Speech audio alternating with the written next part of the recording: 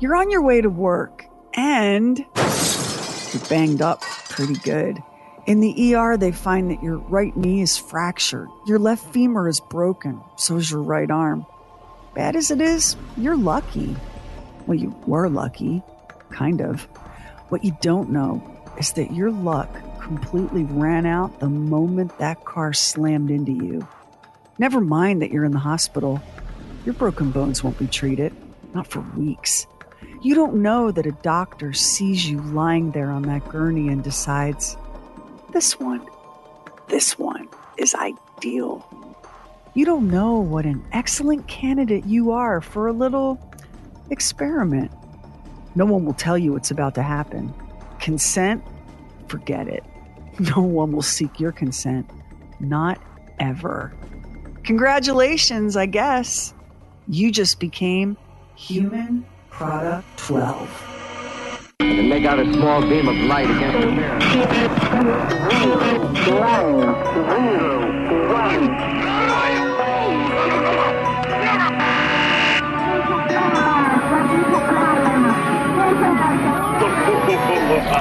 Truly weird stuff.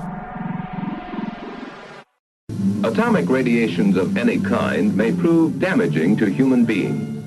So techniques of protecting those who work with such radiations have had to be perfected. Special equipment and different kinds of protective barriers are some of the measures that have been adopted to safeguard humans.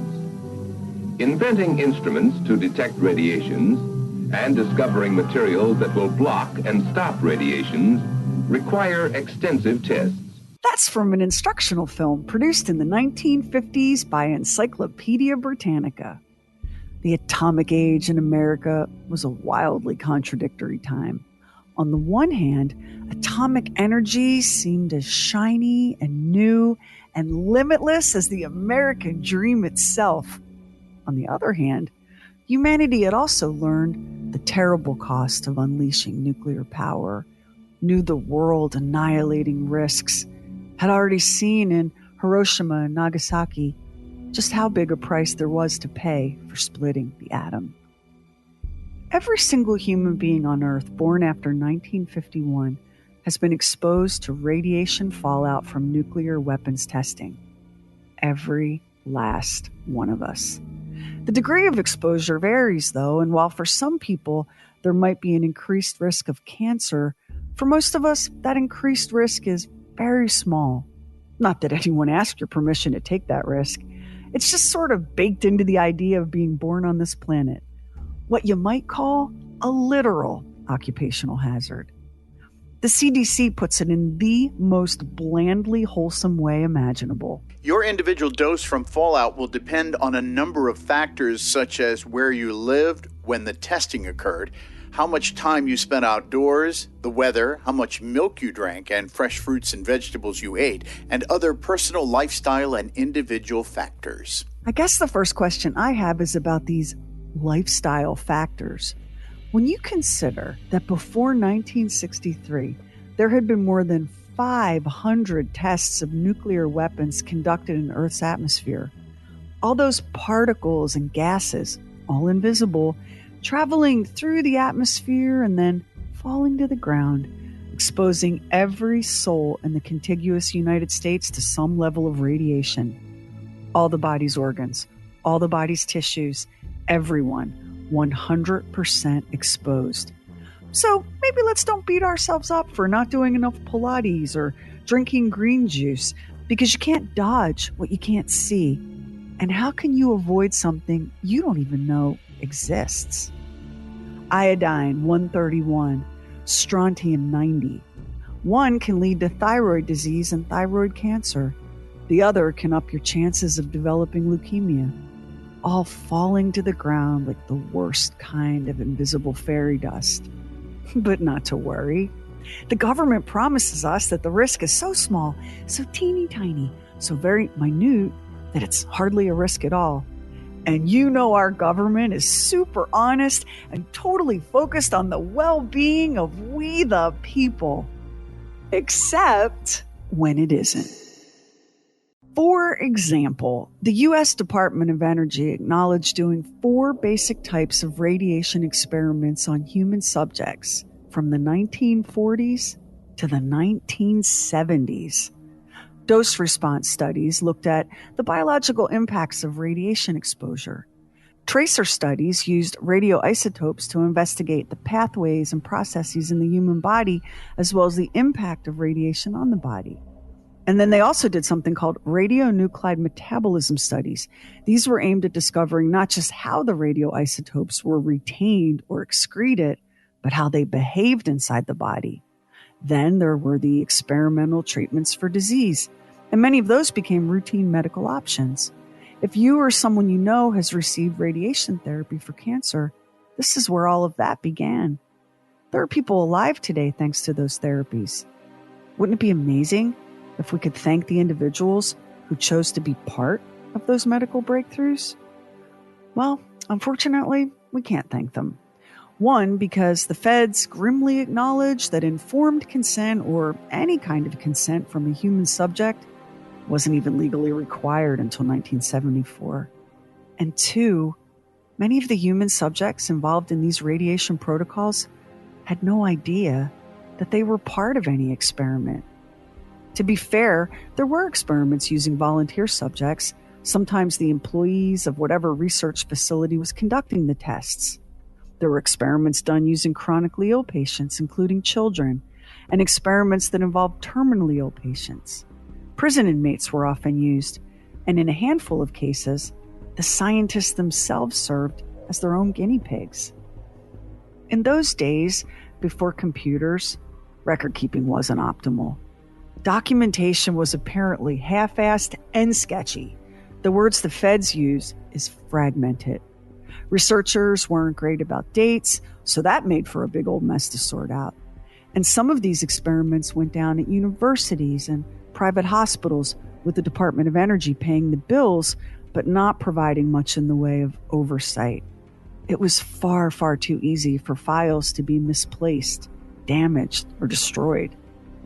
In February 1995, the U.S. Department of Energy, on the orders of Energy Secretary Hazel O'Leary, published a little something called Human Radiation Experiments, the DOE roadmap to the story and the records.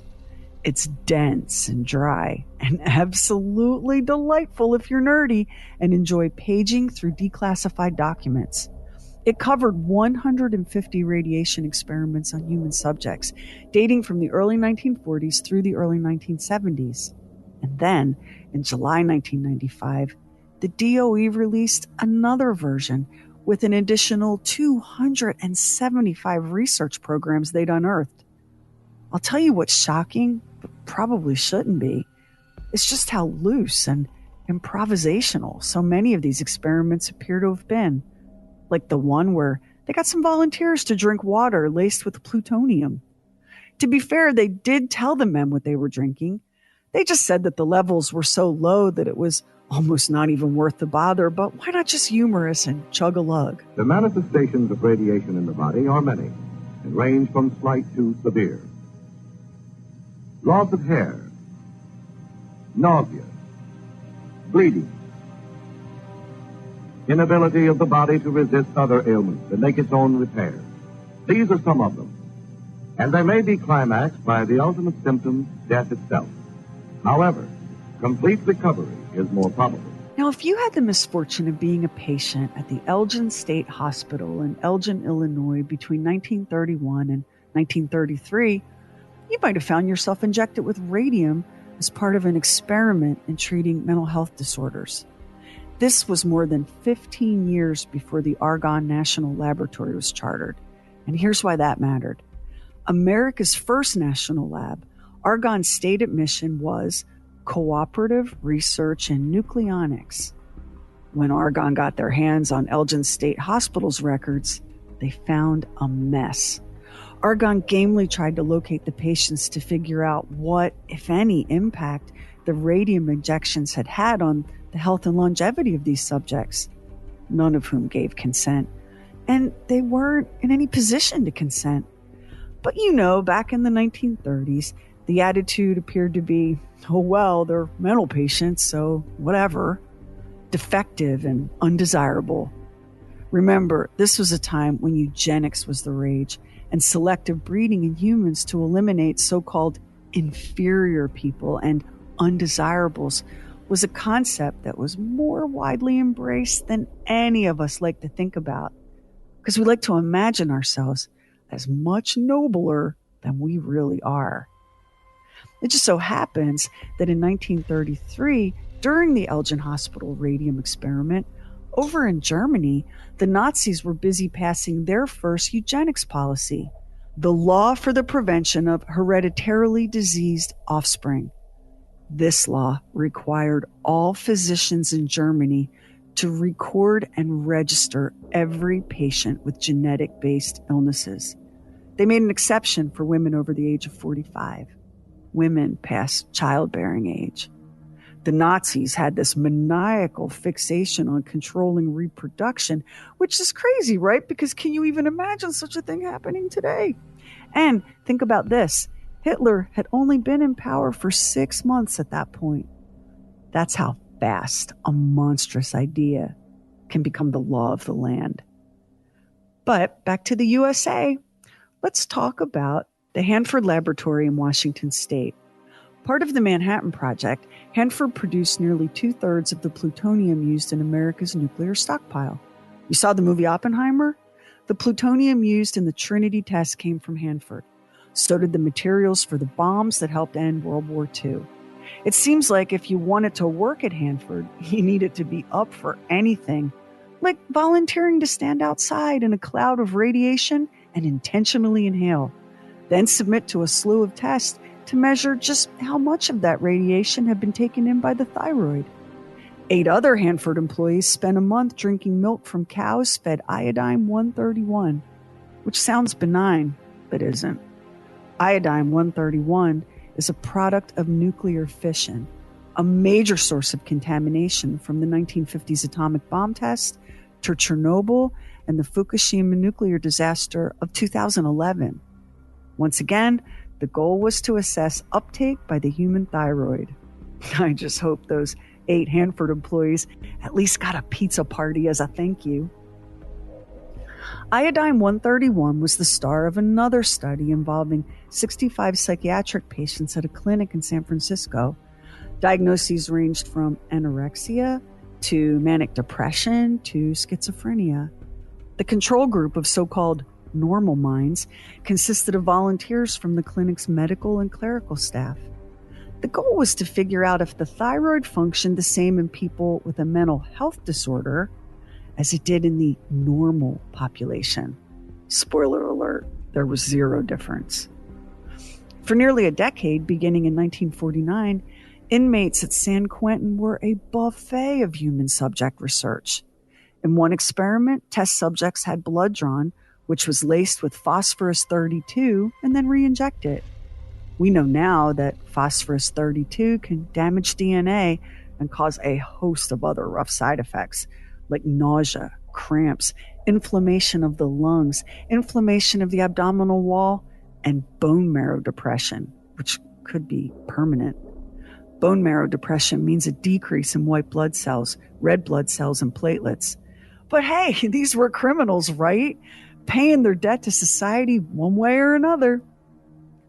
Another inmate experiment was conducted by renowned scientist Dr. Carl Heller. He wanted to test the effects of radiation on the testes. What dose would produce changes in human sperm, he wondered, and how long might it take for those cells to recover? He recruited subjects by offering them a free vasectomy. So thoughtful, right? Of course, the real motive was to prevent these men from going out post-radiation and fathering defective children. The inmates who agreed thought they were consenting to the vasectomy, not to the irradiation of their nuggets. Dr. Heller offered little in the way of information. The early subjects were told nothing about any future risk, and later subjects were given only the vaguest answers to their questions. And here's a wild detail. No Roman Catholic inmates were permitted to participate. Why? because each test subject was required to produce weekly semen samples. The Catholic Church was like, that requires masturbation, so that is going to be a no from us. Dr. Heller built a special device that would give a precise calibrated dose of radiation from two sides. The test subjects, the inmates, laid face down with their scrotum slotted into a plastic box filled with warm water. Very spa-like so far. With the testes fully descended, thanks to that warm water, Heller would hit the button and zap. Acute burns of the skin were one side effect. Inflammation and bleeding were another. Pain was a strong possibility, as you can imagine. In 1976, a handful of these surviving participants filed lawsuits alleging lack of informed consent and inadequately supervised research. The depositions read like outtakes from a horror movie. Inmates being permitted to control their own dose of radiation. Vasectomies performed with no anesthetic of any kind. In his deposition, Dr. Heller admitted that he hadn't properly informed the subjects of the risks. He said he didn't want to scare them by talking about cancer.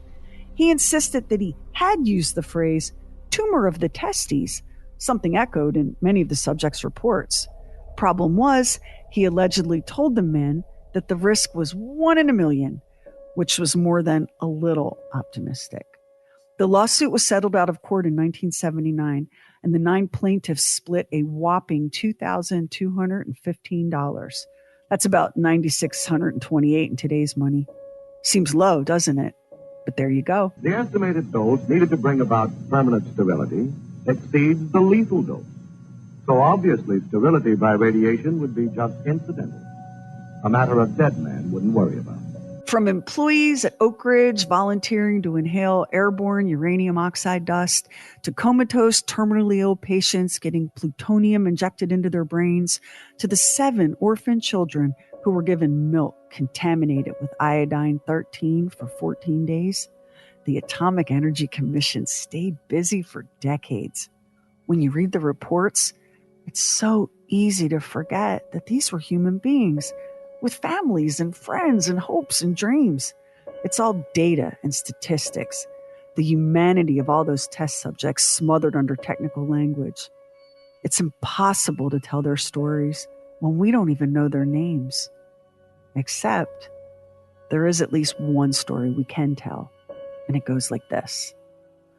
Ebenezer Ebb Cade was a cement mixer employed by the J.A. Jones Construction Company in Oak Ridge, Tennessee. Cade was headed to work on the morning of March 23, 1945, when he was badly injured in a car accident. His right kneecap and left femur were fractured, his right arm broken in 2 places.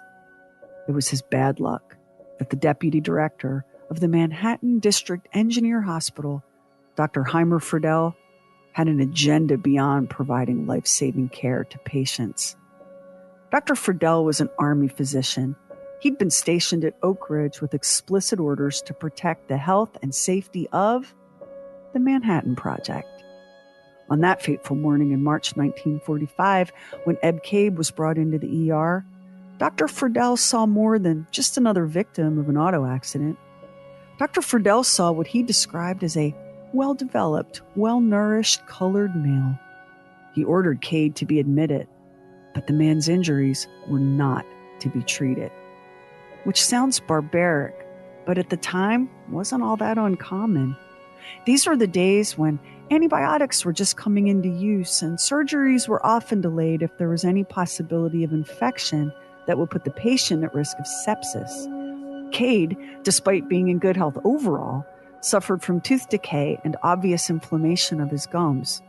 As per usual, though, the records are vague and murky and unclear as to why Cade's fractures were allowed to go untreated. Benefit of the doubt, the medical team feared infection via gum disease. Sinister interpretation, Friedel had other plans for Ebb Cade. You be the judge. Because delayed treatment for his injuries would turn out to be the least of Cade's problems. And Ebenezer Cade had no way of knowing that his car wreck had landed him in the crosshairs of a highly secretive program buried deep inside the Manhattan Project. Stafford Warren, head of the medical team, had arrived at the conclusion that controlled experimentation on human beings was critical to national security. How else to determine the effects, short and long term, of radiation on human beings?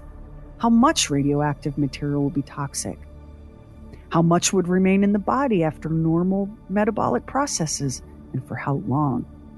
It was decided that civilian test subjects would be injected with polonium, plutonium, uranium, and americium. The experiments would be performed at hospitals affiliated with the Manhattan Project.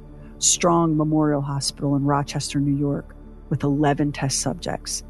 Billings Hospital at the University of Chicago, with 3 test subjects. University Hospital in San Francisco, with 3 test subjects. And the Manhattan District Engineer Hospital in Oak Ridge, Tennessee, with just 1 test subject, Ebb Cade. The secrecy of it all can't be overstated. At the time, plutonium and uranium were so classified that they were identified only by code names. Atom bomb daddy J. Robert Oppenheimer knew about the planned human trials. He approved shipments of uranium and plutonium to be used in the experiments. He just didn't want any of them to be carried out at his facilities in Los Alamos. Not because he had any moral objection to the clueless human guinea pigs, more because he knew full well that exposure to plutonium could cause so much damage to staff that work on the atomic bomb might slow down or even be halted. Oppenheimer could not and would not take that risk. "Not in my backyard," said the father of the bomb. "We're doing important work here, okay?" So, following orders, Dr. Friedel left his patient's bedside in Tennessee and immediately wrote to his superior at Los Alamos, Dr. Louis Hempelman, saying that he believed he'd identified the optimal candidate for plutonium injection, 53-year-old Ebb Cade. Cade, of course, completely unaware that upon entering the Manhattan District Hospital that March day in 1945, got a new name, HP-12. HP as in human product. On April 10th, 1945, more than 2 weeks after his car accident, with his injuries still untreated, Ebb Cade was injected with 4.7 micrograms of plutonium. We know now that plutonium, whether it's inhaled or ingested or injected, or enters the bloodstream via a wound, heads straight for the lungs, the liver, and the bones. How long can plutonium atoms remain in the human body? Decades. Adding to that bad news, plutonium has a long, long half-life. Half-life means how long it takes the isotope to lose half its radioactivity. But there's more than one kind of plutonium isotope. There are 5 common plutonium isotopes. The longest has a half-life of 80.8 million years. The shortest has a half-life of 14.4 years. The plutonium-239 they injected into Ebb Cade had a half-life of 24,100 years. Whatever the half-life, plutonium in the body becomes a long-term source of radiation to other cells in the neighborhood, an invisible biohazard with all the time and patience in the world. The physicians who were cheerfully shooting plutonium into Ebb Cade's veins would like you to please understand that there is a difference, okay, between the administered dose, 4.7 micrograms, and the retained dose, which was, well, who even knows? That's why it's called an experiment, duh, try to keep up. Those doctors had no idea how much plutonium might remain in Cade's body. They guesstimated that he had another 10 to 20 years ahead of him based on his overall health and life expectancy at the time, which meant they couldn't rule out the possibility that Cade would develop a plutonium-related cancer. But who really knows, right? Why burden the man with the knowledge? Why make him fear a future that may never come? This mindset is about as far from informed consent as you can get. and at least one member of that medical team was troubled by it. It was the man holding the syringe. Dr. Joseph Howland was an Army doctor stationed at the Oak Ridge site. During the 1974 investigation into the human radiation trials conducted by the Atomic Energy Commission, Dr. Howland testified that there had been no consent of any kind on the part of Ebb Cade, that he, Howland, had voiced his objections to injecting the man with plutonium. Those objections were forcefully overruled in writing by Howland's boss, Dr. Friedel. Friedel, of course, denied it and said that in any case, Howland was mistaken. It was another physician, Dr. Dwight Clark, who'd been assigned the task. Not surprisingly, the Atomic Energy Commission threw up its hands and was like, who can say? Their messy record-keeping rearing its head. It's almost like they hired raccoons on meth to do their filing. Poor Ebb Cade, who was probably in real pain from his untreated broken bones, and now starting to be more than a little bit scared by the fact that there seemed to be no exit plan for his hospital stay. What did he make of all those white coats hovering at his bedside? All he knew was that 4 hours after that strange injection, they were back drawing samples of his blood. 4 days later, they were telling him to hold absolutely still as they removed samples of his bones for biopsy. On the 5th day post-injection, they finally set his broken bones. Was he to be discharged at long last? No. Cade would remain in the hospital for up to 60 days longer so that his bodily excretions could be analyzed. And remember that tooth decay diagnosed when Cade was transported to the ER from the accident scene? Doctors proceeded to remove 15 of his teeth, which were then sent off to be tested for plutonium. And we know that because a letter written in September 1945 by a man named Captain David Goldring at the Oak Ridge site promised the Manhattan Project biochemist Dr. Wright Langham at Los Alamos that, quote, more bone specimens and extracted teeth will be shipped to you very soon for analysis. What we don't know is if Cade's teeth were being yanked for medical reasons and then sent out for testing, or if they just tore the man's teeth out because they were curious to see if plutonium had migrated into the enamel. We know very little about what Ebb Cade made of this experience. For starters, no one seemed to care enough about the man's thoughts or feelings to have added them to his chart. Plus, you have to remember the time.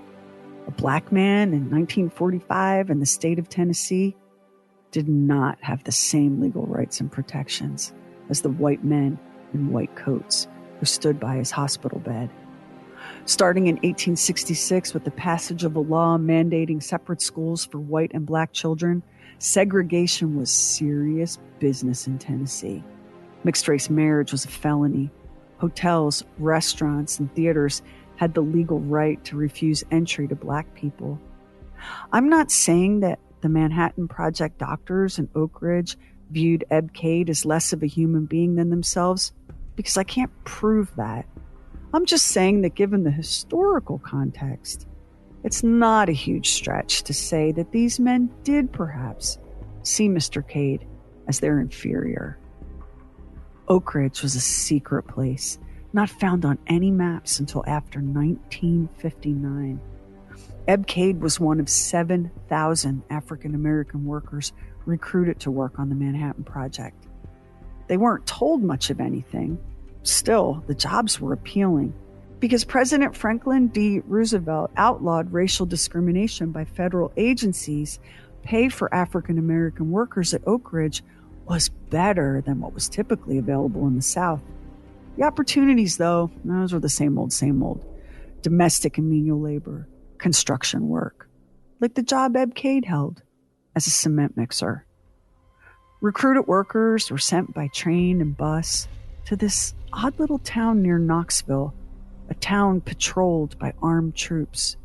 There were signs everywhere that read, "See nothing, hear nothing, say nothing." Ebb Cade and his fellow workers had no idea what their labor supported, and they didn't learn the truth until after the U.S. dropped atomic bombs on Hiroshima and Nagasaki. Ebb Cade had been working for the Manhattan Project for more than 2 years at the time of his car accident. He knew better than to ask questions. Plus, he was injured and probably thought that the doctors knew best, as many of us would in that situation. But at some point, Cade clearly realized that whatever was happening was not in his best interest. Maybe it was the loss of 15 of his teeth that triggered his panic. Because one bright spring morning, a nurse pushed open the door to his room and was shocked to find his bed empty. Ebb Cade, Human Project 12, was gone. Disappeared as though he'd never existed. And not just gone from that hospital bed, gone from Oak Ridge. Gone, gone, gone. This next part is hard to believe, given that it's the Manhattan Project at a top-secret hospital with a highly trained staff led by Army doctors. But here goes. The point of this plutonium injection experiment was to discover how much of the plutonium dose would be retained and how much would be excreted. This meant constant surveillance of Ebb Cade's urine, among other things, but a really big and really stupid mistake was made early on. Cade's before injection and after injection urine samples were accidentally commingled. Oops. That meant there was no pre-plutonium baseline kidney function to measure against. So sloppy, so stupid, so embarrassing, so very unprofessional that when Big Boss Dr. Wright Langham had to present the Oak Ridge injection data at a conference, he fudged the screw-up by claiming that Ebb Cade may have had a pre-existing kidney disease that rendered him less than an ideal subject. Since Langham was known as Mr. Plutonium, this version of events was permitted to stand. The doctor who objected to injecting Ebb Cade wasn't the only person in the program who had concerns. On the other side of the country in San Francisco, the lead plutonium researcher at University Hospital, Dr. Joseph Gilbert Hamilton, was increasingly troubled by the work. Under his supervision, 3 people were injected, one of whom was a 4-year-old boy named Simeon Shaw. The child had bone cancer. He died 255 days after his plutonium injection. The other 2 subjects fared much better.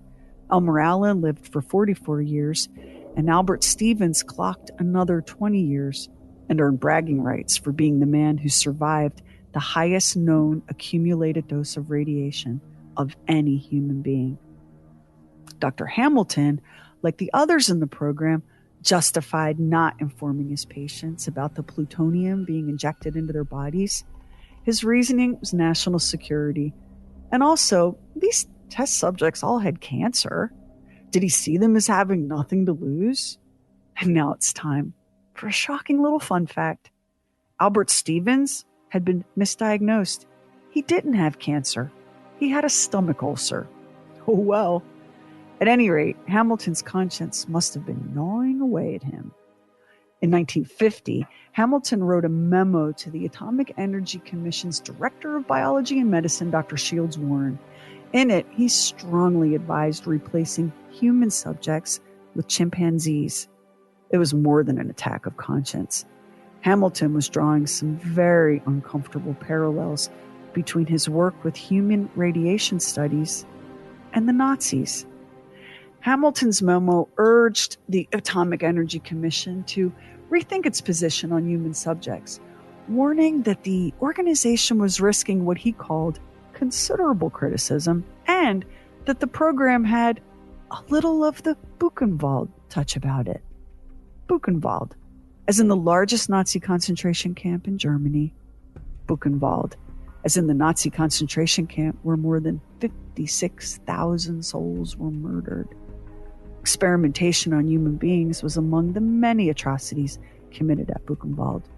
There were the typhus vaccine trials, the maximum poison dose trials, and the horrifying burn tests. Prisoners were intentionally burned with white phosphorus, burns severe enough to cause death. And that was the point. How long would it take that burned prisoner to die? You can see why Dr. Hamilton was so troubled. He didn't have to carry the burden of guilt or remorse for long, however. Hamilton died in February 1957 at age 49 after a 2-year battle with leukemia. His colleagues openly expressed their belief that it was his long and repeated exposure to radiation that led to the blood cancer that took his life. And Ebb Cade, human product 12, the injured and unwitting victim of the only plutonium injection experiment at Oak Ridge? What became of him after he fled his hospital bed? Cade resurfaced in Greensboro, North Carolina in April 1953 in his own obituary. The cause of death was listed as heart failure. The Greensboro Record, knowing nothing of Cade's story, gave his passing just one line in the May 2nd edition of the paper under the heading Negro Deaths. 40 years later, with Cade's identity and role in the human radiation experiments now public, a spokesperson for the Department of Energy told reporters that they had been unsuccessful in locating any next of kin. In November 1995, Department of Energy Secretary Hazel O'Leary announced that Ebb Cade was one of the individuals eligible to receive compensation under a $4.8 million settlement for victims of the human radiation experiments.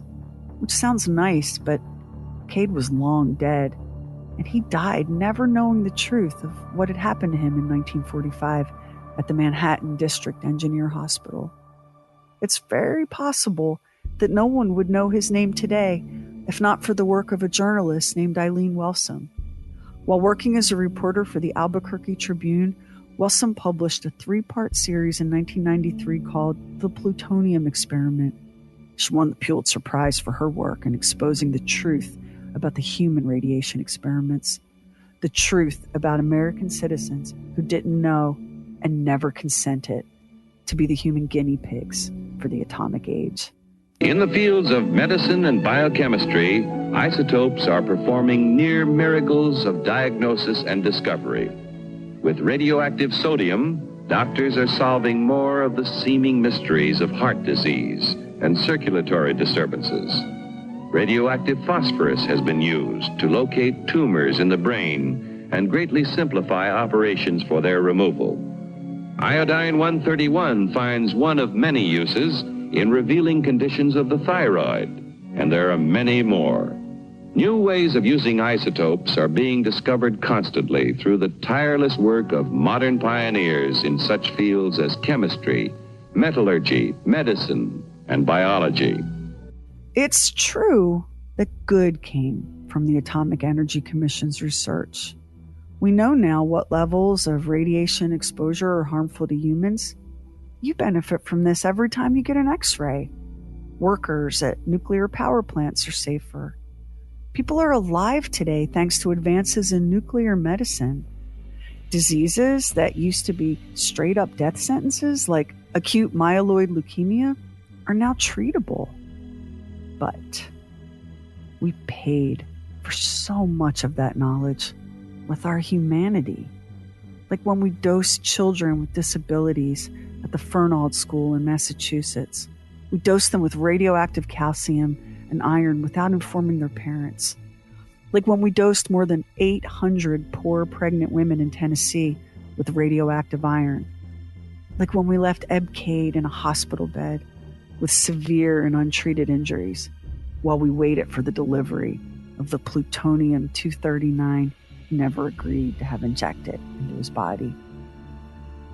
We can be grateful for advances in human knowledge and hold ourselves accountable for the unethical and atrocious ways that knowledge was obtained. We can do both at the same time. Yeah, it's uncomfortable. It doesn't fit into our idea of ourselves as the world's hero.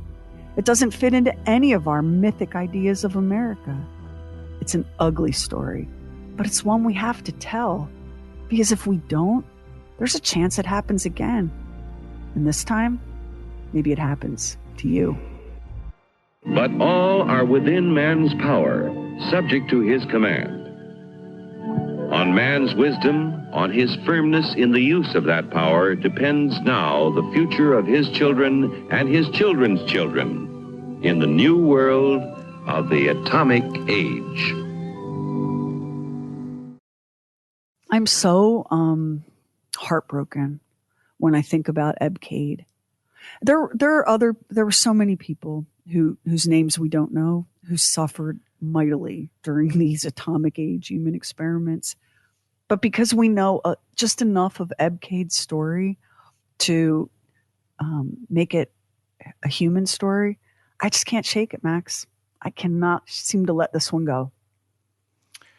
You know, we do like to think of ourselves as a little bit more civilized in this country. But when you compared it to what they were doing at Buchenwald, it's like, yeah, that we were doing that. We were doing similar things here. We were. We really were. I mean, we really were. I say we. I don't think people, mainstream Germans knew what was going on, just like mainstream Americans didn't know what was going on here. What my question is, the people making these decisions, was there no moral conundrum about what they were doing to the people they were doing it to? I mean, well, we have to put ourselves in the historical context, which does not excuse their behavior. Back in the 1930s, 1940s, right up through the 70s when this whistle got blown, we did not think of people in psychiatric hospitals as fully competent human citizens, did we? No. The racism in this country that we're still battling today, and it's back and bigger than ever. We didn't think of Black people as fully human citizens in those decades. We did not consider children as a resource worthy of our protection. I mean, the number of children that were human subjects in these radiation experiments would bring you to your knees. They look what they did. Like at the Fernald School in Massachusetts, we could have done a whole episode just on that. But the Fernald School in Massachusetts, these were kids with disabilities, and so hey, they're defective already. Why don't we mess with them? Well, and at a certain time in this country, we would warehouse everybody together. No matter what it was that they had going on, whether they had Down syndrome, they had mental problems, they had alcoholism, they were all sort of warehoused. And it's just like, just get them out of society and stick them all together. And I saw when you said the thing that they were giving orphans milk. So just because they're orphans, they went, well, they're defective. They're orphans. We can do whatever we want to them. There's no, exactly. They have no adult that's going to say, no, you can't. I mean, that's really upsetting. The other thing that I really enjoyed was your description of the scrotums being zapped with radiation. Thank you for that, Sherry. I appreciated that a lot.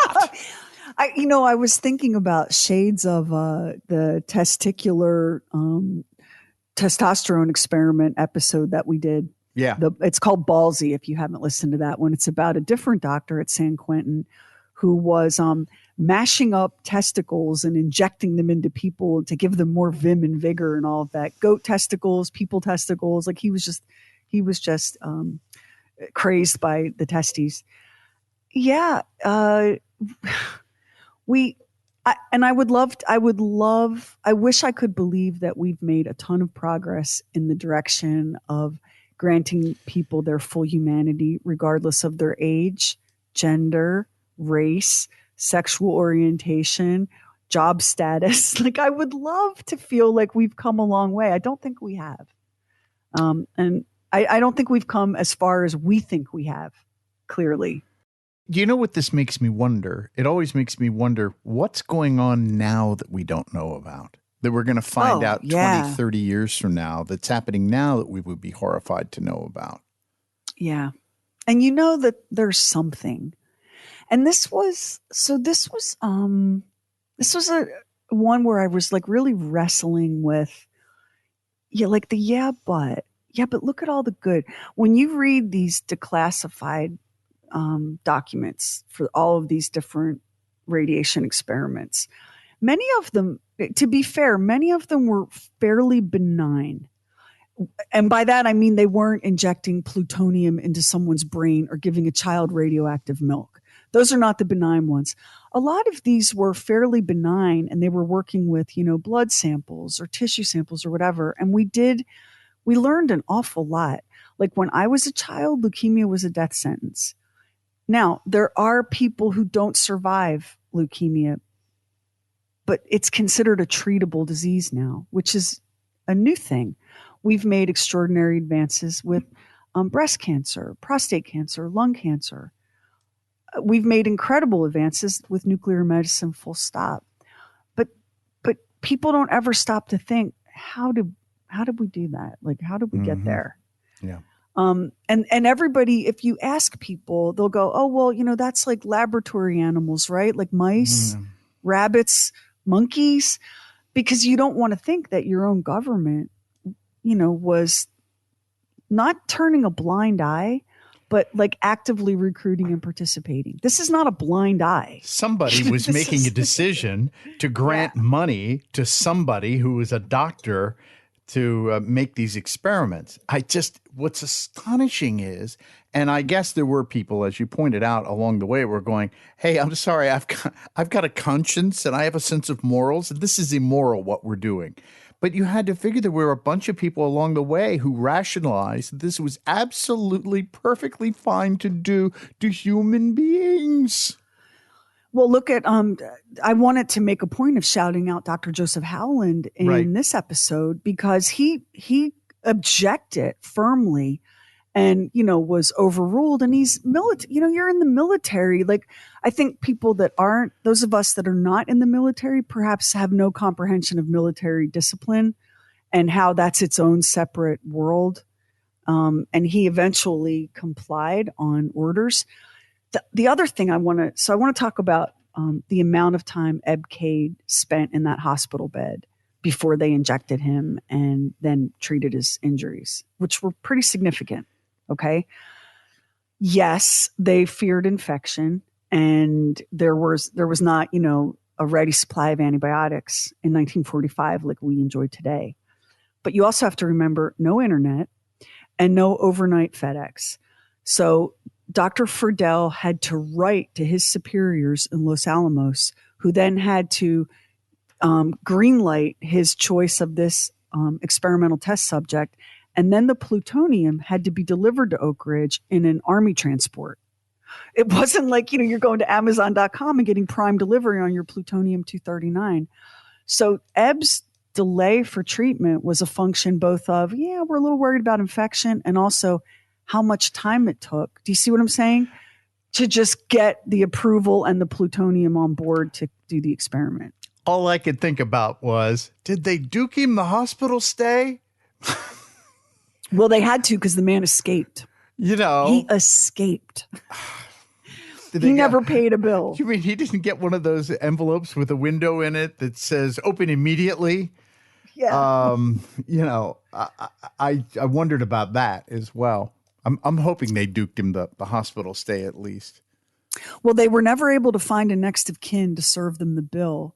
And I think he went through a window. I mean, he got the hell out of there. Rightfully so. It's also, if you saw the movie Oppenheimer, like, you saw one facet of an enormous prism, right? Of the atomic age. Oak Ridge, it's fascinating to me that they built the Oak Ridge Laboratory and the Manhattan District Engineer Hospital and all of the housing for all of the support personnel. All of that was built, and it was a secret. It was not on the map. Think about that. Think about how fascinating that is. The idea of this secret city and all of the things that were happening at that time. And you could get away with it back then. People didn't have drones. They didn't have, Facebook. Like, they didn't have, you didn't have a camera on your phone. And it was a very different world. So that all by itself is fascinating. And Ebb Cade, all he knew was that because it was a federal construction job, the money was so much better than he could have made on a civilian project at that time. Like, you think he knew that at any time he might be plucked out of the crowd for this? How could he have any way of knowing? I mean, this is the stuff of horror movies. This is the stuff of Saw movies. Hi, we're going to inject you with some plutonium. Oh, Terrible. And then we're not going to set your broken bones for a while. So just lay there in agony and enjoy. Oh, we're going to pull your teeth too. 15 of them. I mean, terrible. And so they had a ward filled with terminally ill patients, many of whom were comatose. And the attitude was, oh, they're dying anyway. Let's see what happens if we shoot plutonium right into their brains. And I know there are people that would go, well, they are dying anyway. And you just have to constantly interrogate your own humanity. Like, okay, yeah, they are dying anyway, but shouldn't they get a say? Because here's what you don't know. That plutonium injection right into their brain, what happens as a result of that? Do they spend their last hours alive in excruciating agony? How can you be so cavalier about what you do to another human being? It's mind-blowing to me.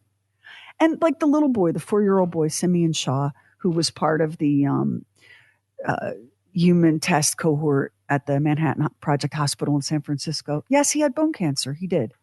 And back then, very likely a death sentence. And he did die 255 days after the injection. You might say, well, maybe he would have died sooner. Or what difference if he died 255 versus 275? He was probably suffering. But do you hear yourself? Yeah. How about if that was your 4-year-old? Do you hear yourself? Well, the thing that's interesting too is no two people are going to react well, I say no two people are exactly, but just because you have something happen doesn't necessarily mean that you are going to develop it because of the way genetics are. Our genetics, you have one person that smokes until they're 100 years old and never seems to have any problems with it. And then you have other people that get lung cancer when they're in their 20s, Yeah. You don't know. You don't know. You don't know. So one thing you can say is when they first started working on the atom bomb, they really didn't know what the impact of radiation was on the human body. Again, if you saw the Oppenheimer movie, do you remember the scene when the bomb fired and all the soldiers standing right in the field with it were told to hit the mattress? Mm-hmm. LOL. That's any kind of protection, right? They did not know. And they felt that this amoral experimentation on human beings was justified by the overwhelming need to have that knowledge. So you always have to put yourself back in the historical moment, but damn. Well, it was a big deal in Las Vegas if they were doing one of those out in the desert to go and watch it. And certainly those people had some radiation from that. There's an entire community of people called the downwinders that were living downwind of the Trinity test site. And those folks got whomped with radiation fallout. And the data is really frightening. And that's a whole separate, they deserve their own story. And maybe we'll do an episode on that down the line at some point. That's its own entire thing, because the soldiers at Los Alamos, all the personnel at Los Alamos, they may not have known all of what was possible, but they were aware of what was happening. They knew they were working on the atomic bomb. The downwinders were just it was Tuesday. You know what I mean? They were just living their lives. They didn't know. In the same way that these test subjects didn't know. And I find it interesting that when you realize that every single person born in the contiguous United States has been subjected to radioactive fallout, that's a thought, isn't it? It is. That's something to think about. So I'm going to tell you a quick little story. My father had one sister, and when she was quite young, 33, she was diagnosed with very, very aggressive breast cancer. So this is back in I wish that I had been older when this happened. I would have asked questions, but I was a little kid. And she was sent away. She had a double mastectomy, and it was pretty barbaric back then. Now things are different, you know, but her body was butchered. And they did that to save her life. So I'm not saying that the doctors were sloppy. It was just the time. And they sent her away to a hospital in New York State, probably Strong in Rochester, for all I know, for an experimental radiation protocol. And they had her in a room. She couldn't have visitors. And the medical people that tended to her were in full, radiation biohazard, lead shielded outfits. I know this from the stories I've been told in her description of it. She's gone now. There was concern that her breast cancer had metastasized, and it ultimately did. It metastasized to colon cancer. So they inserted this sort of radioactive cylinder into her body through her vaginal canal. And that was supposed to irradiate these cancer cells that were spreading and save her life. And you know, it did, but her internal organs were fused and burned, and the damage was catastrophic. And she had to live with, and just in her memory, I will not describe some of what happened to her and the scar tissue. She would have to periodically go back to that hospital, and they would break the scar tissue manually, with their hands. It was agonizing, and she was disfigured and scarred and did not have the same level of functionality that, the factory settings. And she lived for another 20 years beyond the initial diagnosis, but there was never a day where she didn't carry the pain and the difficulty of managing her body despite all of this horrific radiation damage. And it was not in vain. She was one of many people that were part of these experimental protocols with consent, right? So now this is 1977, maybe, I think. So this is, we're past the point of this disclosure and the Geneva Convention, the World Health Organization. Everyone has unilaterally agreed that human beings have to consent to being part of a medical experiment. So she did consent. She didn't understand what she was consenting to. None of us do, right? But because of her consent and her suffering and her participation, people don't go through that anymore.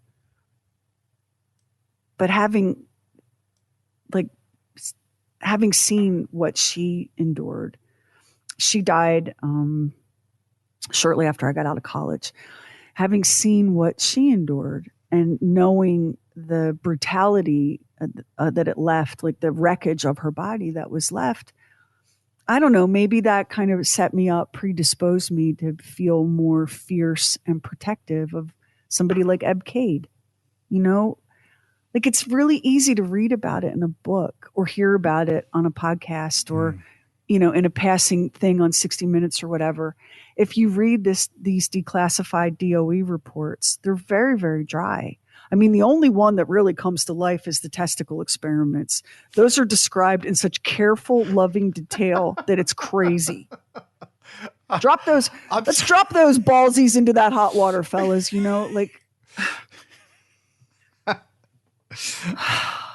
Sometimes I want to interrupt you and go, I just want you to know this is making me really uncomfortable. Please continue. What did you think about, side note. Isn't it interesting that Catholic inmates were prevented from participating, not because it was immoral or inhumane or dangerous, but because we can't have them spanking the bishop in order to get you a semen sample? I'll reveal something one time when I was, I don't know, teenager somewhere in there, and I went to face confession with the priest, and he looked at me and he said, if you ever tell me this again, I'll throw you out of here. He says, let's talk to what you're doing in your life. He says, if you go to hell on this, it's on my head. I mean, really, like I just have to say, I'm going to just take you to 1940 and they're still yanking on about the masturbation thing. That's crazy to me. Like that, folks, let it go. Well, let it go. They did clean up their act a little bit after Vatican II with some of that craziness. Not Although, 100%. Not 100%, but you got to say all those Roman Catholic inmates at San Quentin, and oh my God, is San Quentin not just the most happening spot for crazy? I know. Wasn't in San Francisco too, where they were doing the experiments where they were giving the guys the Johns with the prostitutes. They were dropping acid and monitoring what they were doing. Yeah, that was a hotbed of crazy back then. It's so everybody thinks that the Manhattan Project was just at Los Alamos, but the Manhattan Project was at the Philadelphia Naval Yard, and we talked about that in our episode about the disappearing ship. It was in Chicago, San Francisco, Tennessee, New York. The Manhattan Project was in a lot of places, y'all. Not just in Los Alamos. Not just where they tested the bomb. The Manhattan Project was kind of everywhere and very secretive, obviously, for obvious reasons. And by the way, if you haven't listened to the episode Tripping Johns, I think it was one of our first half dozen episodes when we started doing True Weird Stuff. I had no idea that was going on. That was government funded. I had no idea that level of crazy was going on. Listen to that episode. Your jaw will be open the whole time. And that's all. I mean, that's all like factual, declassified stuff. Like you don't have to. Like there are a lot of things I would love to do an episode on, but I can't find enough facts to back up the story. Like I'm mesmerized by like the vanishing staircases in national parks. I can't do an episode on something that I can't find a single factual source for. But the United States government experimenting on children, widows, orphans, the sick, the dying, babies, inmates, people in mental hospitals, random passersby. How much time do you have? Like it's just everywhere. Well, I'm glad our tax money's been well spent. I do. I just want to say, I think we can totally own up to these atrocities and be very grateful for the knowledge that we now have. Because who among us doesn't have a family member or a friend or a coworker or a neighbor whose life has not been spared thanks to advances in chemotherapy and radiation? Can anybody out there not throw up a hand? No one, right? Like we really, really and truly have come so far. But what's the harm?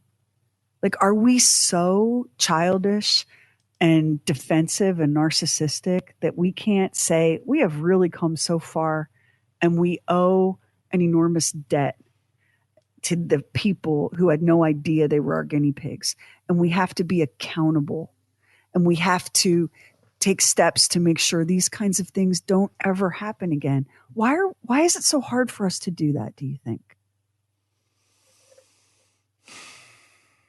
I don't know. I think there's some things people just don't want to look at. They'd rather stick their head in the sand.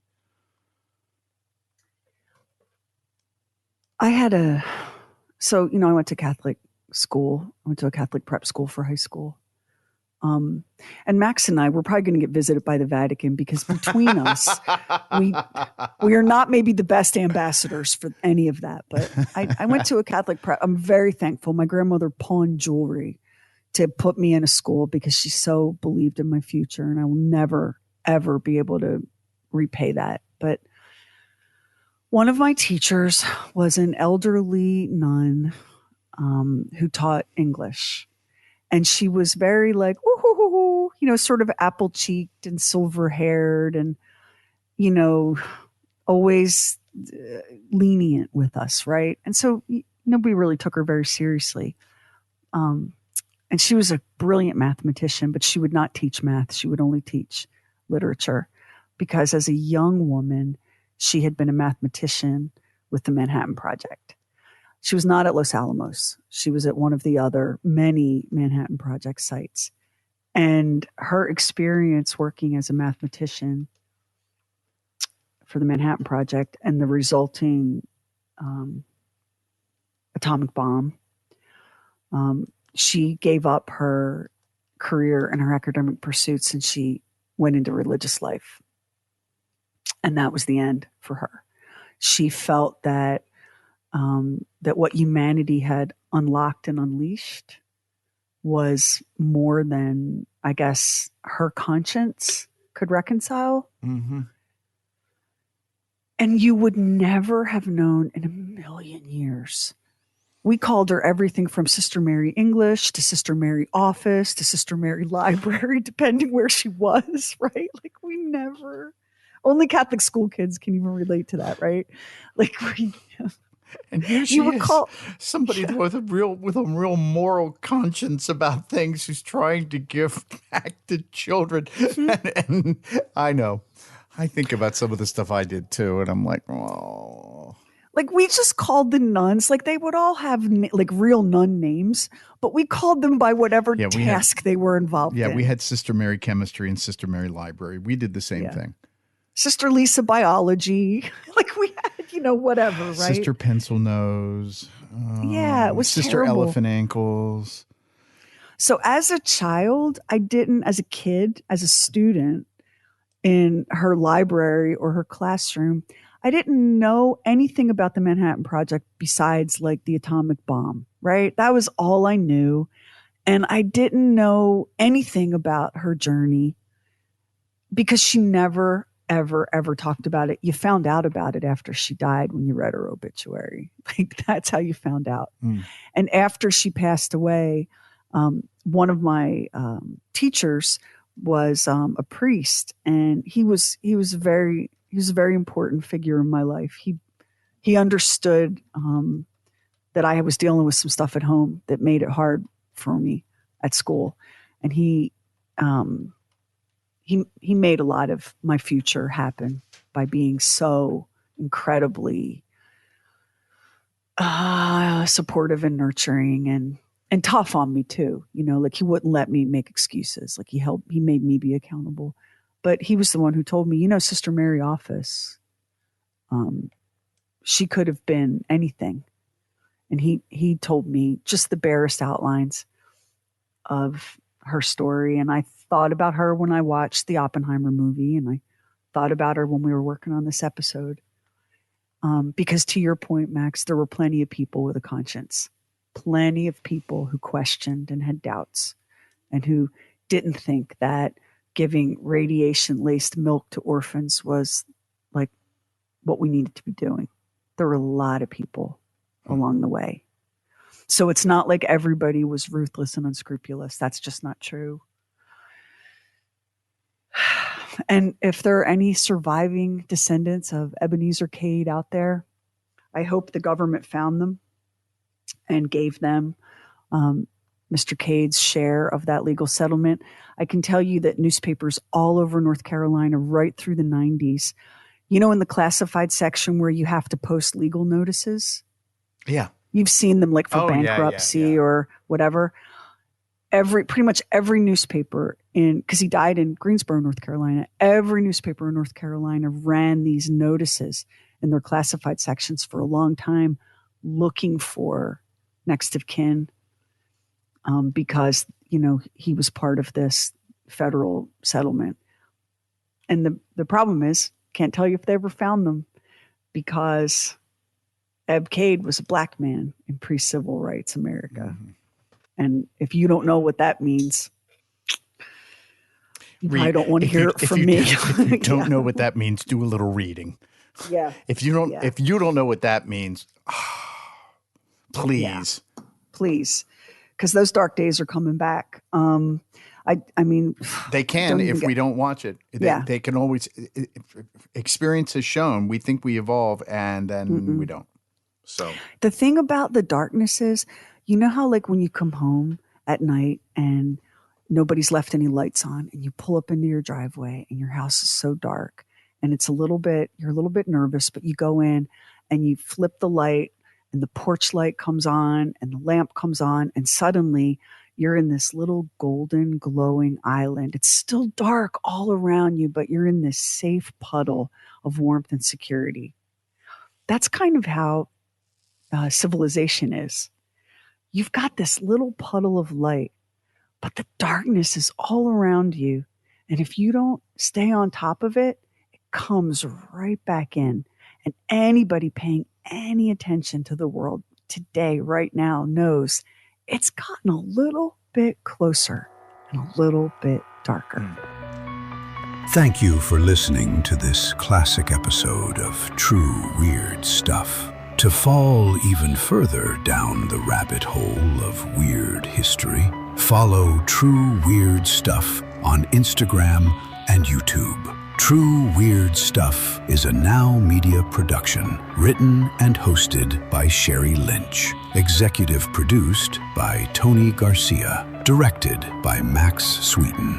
Additional support from producers Carrie Bowser and Stephen Call. Our digital witch and social media cult leader, Heather Furr. Original graphics by Kevin Nash. Original artwork by Olivia Axland. True Weird original music composed and performed by Jack Griffin and Zane Nash. Copyright 2026 Now Media. All rights reserved. All wrongs remembered.